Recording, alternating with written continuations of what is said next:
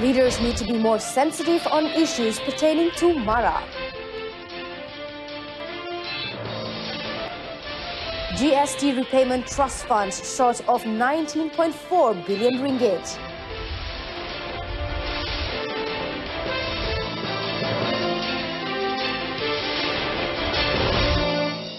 Hello there, good afternoon. I'm Cynthia Arthur. You're watching News on 2. Cabinet ministers under Pakatan Harapan are urged to be more sensitive towards people's views on issues pertaining to Majlis Amanah Rakyat Mara. Prime Minister Tun Dr. Mahathir Mohamad said this should be done in order to continue receiving the people's support and added that every view should be taken seriously. Berkenaan dengan Mara ini, dia sudah jadi satu isu yang sensitif, yang perlu diberi perhatian oleh parti dan juga parti Bersatu dan juga Pakatan Harapan. Saya akan bawa perkara ini kepada menteri-menteri supaya mereka faham betapa pentingnya mereka sensitif terhadap pandangan orang ramai. The Premier said this at a press conference held after chairing Parti Pribumi Bersatu Malaysia Bersatu top leadership meeting in Petaling Jaya, Selangor. Meanwhile, when asked to comment if the party had discussed on the issue of a pay rise for civil servants, Tun Dr. Mahathir said the government has no intention of doing so at the moment. He said this is based on the current financial constraints faced by the government. The Premier said, even if the government wants to raise the salary, it should be in line with the country's productivity, and added it can only be done once the country is financially stable. We have to make sure that the productivity follows the increase in the pay, because we don't want to have a high cost of living.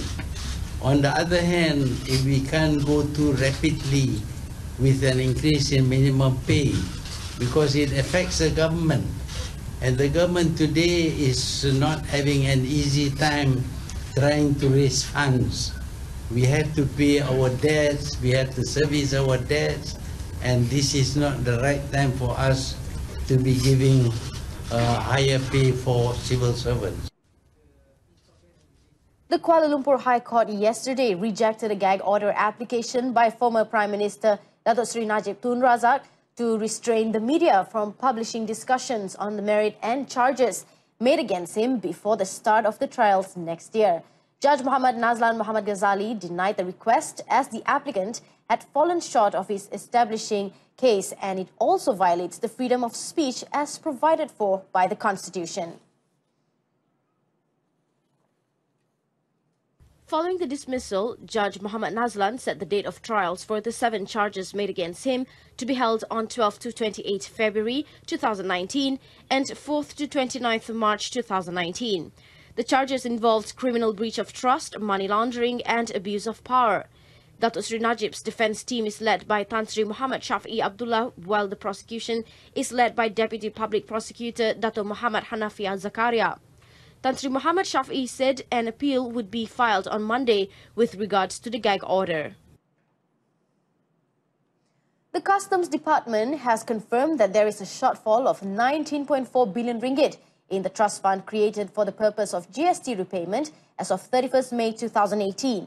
Its director, Datuk Seri Subramaniam Tholasi, said the department had demanded for the full amount of 82.9 billion ringgit for the duration of 1st of April 2015 to 31st May 2018, but the amount was not transferred to the fund.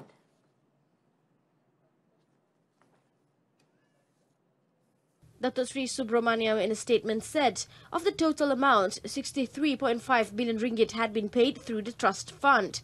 He added that this was based on the GST 03 form, which is to demand the repayment of GST, which had been filed into the JKDM GST system by taxpayers. All GST payments are credited into the Consolidated Fund account, which is later transferred to the Trust Fund to enable GST repayment to be made. The Housing and Local Government Ministry, which will announce a new national housing policy in December, is expected to help revive the property industry next year. Its Deputy Minister, Dato' Raja Kamarul Bahrin Shah Raja Ahmad Baharuddin Shah, said this is based on findings by consulting firms, which stated that the policy will result in an increase in market sentiments towards the industry. Dato' Raja Kamarul Bahrin said the policy will also play an important role in providing affordable housing through various incentives. We hope the housing developers, private or government, would look into, kerana ini akan membuka ruang lebih kepada milik-milik yang sebelum ini tidak mampu dapat pinjaman dan sebagainya. Dan dalam usaha ini juga kita perlukan kerjasama semua pihak, termasuk juga kerajaan negeri, kerana harga sebuah rumah atau unit bergantung besar kepada premium tanah. Dato' Raja Kamarul Bahrin said this after launching the People's Property Expo 2018 in Kuala Lumpur. Housing and Local Government Minister Zuraida Kamaruddin had earlier said the new policy will simplify legislation and the borrowing process to help people own homes. The Health Ministry has reported a decline in the number of hand, foot and mouth HFMD cases for the past 2 days. Its Minister, Dr. Zulkifli Ahmad, said of Thursday, 710 HFMD cases were recorded nationwide, involving the closure of 3 nurseries, 10 kindergartens and several classes in 5 schools. Speaking in a town hall session in Putrajaya, Dr. Zulkifli said he hopes that the number will continue to decline. He added 47,880 HFMD cases had been recorded since 1st of January until 9th of August, which involved the closure of 701 premises. The ministry is now conducting 116,288 health awareness programs through briefings, distribution of pamphlets, posters, exhibitions and through social media. The Johor Federal Agricultural Marketing Authority, FAMA, is targeting sales of 500,000 ringgit during the Malaysia Fest currently being held in Changi, Singapore. The fest, which began on Thursday, August 9th and ends tomorrow, involves 10 local fruit, food and drink entrepreneurs from Johor.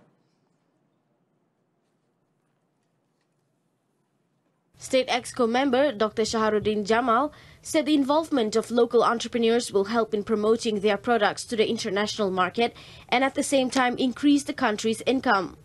Memang nanti saya akan berbincang dengan pihak FAMA dan semua agensi-agensi yang terkait untuk memastikan lebih banyak usaha-usaha untuk kita memperkenalkan lebih ramai usahawan Johor untuk ke peringkat antarabangsa.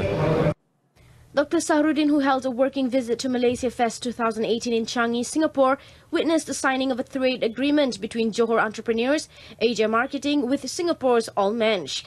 Malaysia Fest 2018 targets to receive up to 100,000 visitors throughout the 4-day program.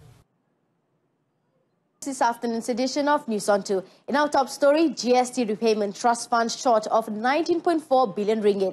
News on 2 will be back at 7 this evening. Till then, I'm Cynthia Arthur and thank you for watching.